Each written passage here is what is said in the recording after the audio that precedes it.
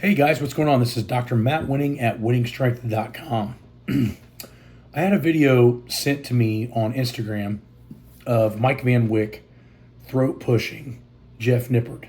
And again, I don't know either two of these guys, and I don't know what's going on. But to start the video, I want you guys to understand that this level of aggressiveness is never tolerated, especially in today's society.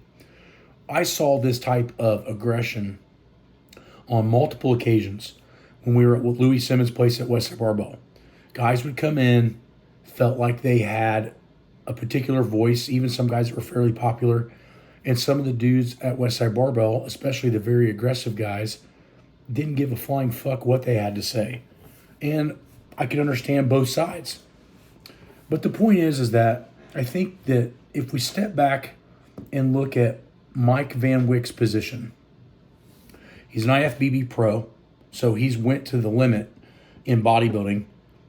He's sustained a massive injury in 2013 with a torn pec that made him retire. Former bodyguard, so he's got to be pretty aggressive anyway. And now he's a personal trainer. And the question arose that I think started all this process was Mike Van Wick got on a video and was saying that science guys need to answer this question, which is, why is it they remain so mediocre and know so much? And that's a valid point. I'm not saying that it is the entire piece of the puzzle. We've oftentimes seen champions be coached by people that weren't as good as them. I don't remember Boris Shiko being an amazing powerlifter.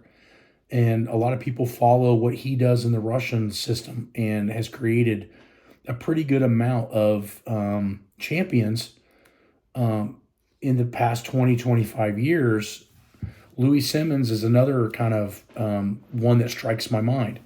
Louis Simmons was a decent lifter, but never broke a world record. So how was he able to have over 100 world records at his gym? Sometimes it's not always what you can progress. It's not always what you can show as a number, both as an IFBB pro or a bodybuilder. But there should be some level of competency. I look at Jeff Nippard's kind of resume as far as how strong he was and what he's been able to accomplish. And it's not a short feat, but again, it's not a large feat. We see a 502 squat, a 336 bench, and a 518 deadlift. I've seen guys do that in their early 20s, just screwing around with powerlifting around college age. So it's not like he has insanely impressive numbers. Especially at that body weight. I've seen many lifters at that strength level at his body weight. But it's interesting to me that he's gotten so many followers, 4.5 million subscribers on YouTube, which is totally insane. I'm only like 112. I think Mike Van Wick's around 110. But he did go to school and has some proficiency in the education area. A degree in biochemistry is not an easy degree. Although I would consider it a bachelor's degree a good degree, it's still only a baseline. So for him to not have a master's or a PhD, I think it kind of limits how I would present being an expert in the field and trying to lend advice. Again, that's just my own personal preference. But I want to step back into Mike Van Wick's shoes. My guesstimation is that I can understand his position a little, and I'm just kind of shooting in the dark on this. But, if you go to the limit and you've become an IFBB pro and you've had to bow out because of injuries and you feel like maybe that didn't get you the notoriety that you wanted.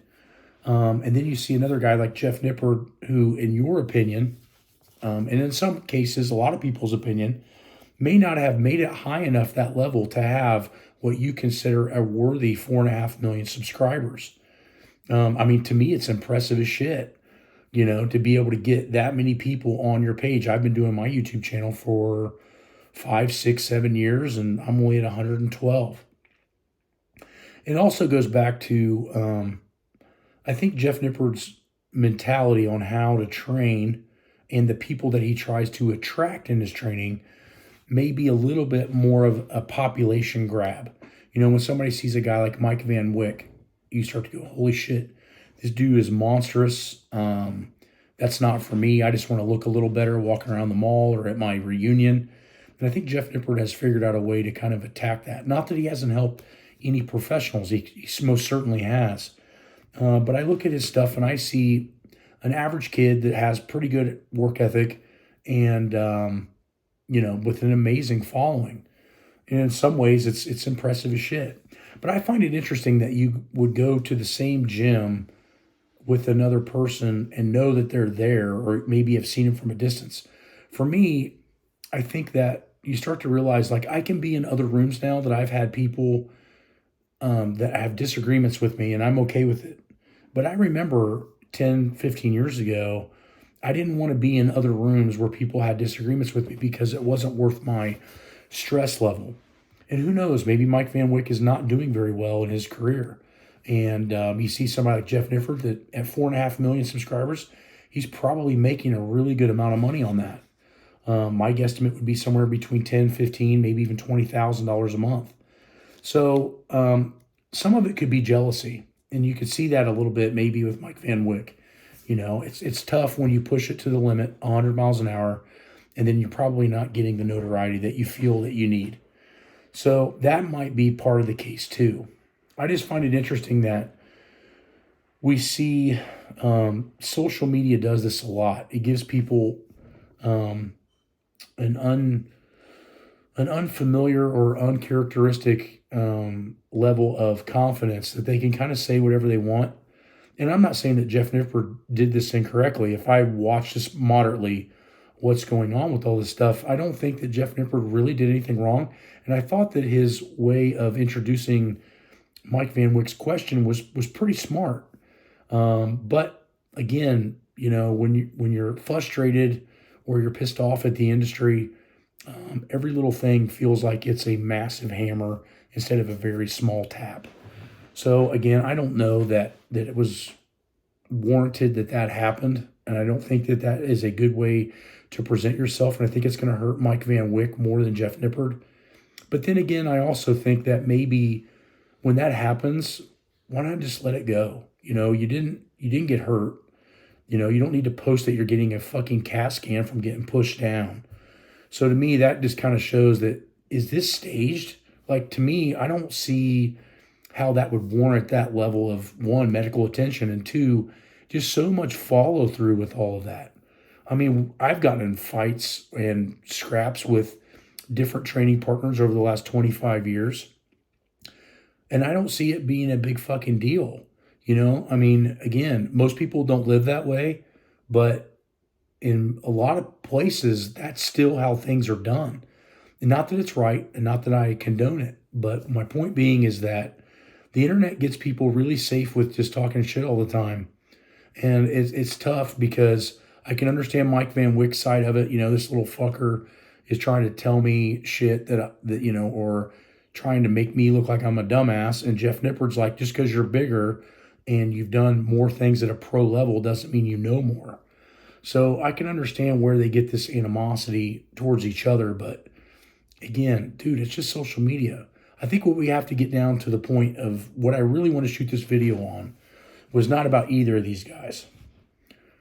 The video really is shot now because what I want people to understand is that most people don't give a two shits about working out, right? We're fighting over this very small pool. And with this kind of back and forth, and even if it was just social media, like stirring up shit, it doesn't make us look professional. Jeff Nippard should be more professional with his degree, and Mike Van Wick should be seasoned enough in this to be able to let it go. Like, who cares that if Jeff Nippard wants to talk all science bases, never broke, a pro record? I mean, there's people in powerlifting that have done an eighth of what I've done in powerlifting that have bigger voices than me. And you don't see me going out and trying to be an asshole to them or trying to talk down to what they do. I think that it becomes very unprofessional. And in some cases, for the people that are kind of maybe interested in weight training and bodybuilding or powerlifting, and they see this type of behavior, I think it just starts to slowly give us a negative pretense that, we're just all meatheads, or on Jeff Nippard's side, I'm going to be a fucking sissy and get a CAT scan, and then I'm going to post it that I'm okay because you got shoved. Like, come on. So to me, I think both are in the wrong. Obviously, Mike Van Wick is more wrong for making it physical. But guys, like, we can disagree a little bit about training. You know, I mean, if you want to see disagreements, just go look at some of my podcasts when I'm actually trying to get people to train smarter, and people don't take it that way, you know? So again, I think the easiest way to have this discussion is to understand something that always keeps me wanting to learn too. So, you know, right on my desk right now, I have 2 other books. You can see behind me, I have a huge library of stuff that I haven't, some of those books in which I haven't even touched and read yet, I'm preparing to read. Have ideas, don't have beliefs. So an idea is a little bit easier changed and a little bit easier to mold, whereas a belief is something where you're like, this is the way it is, and you know, I don't have any I don't have any leeway towards anything. So those issues become something that I think if we can have more ideas than feel like we have all the answers and have beliefs, we will do a better job, not only on social media, but in our training ourselves. Talk to you guys soon, and please visit winningstrength.com.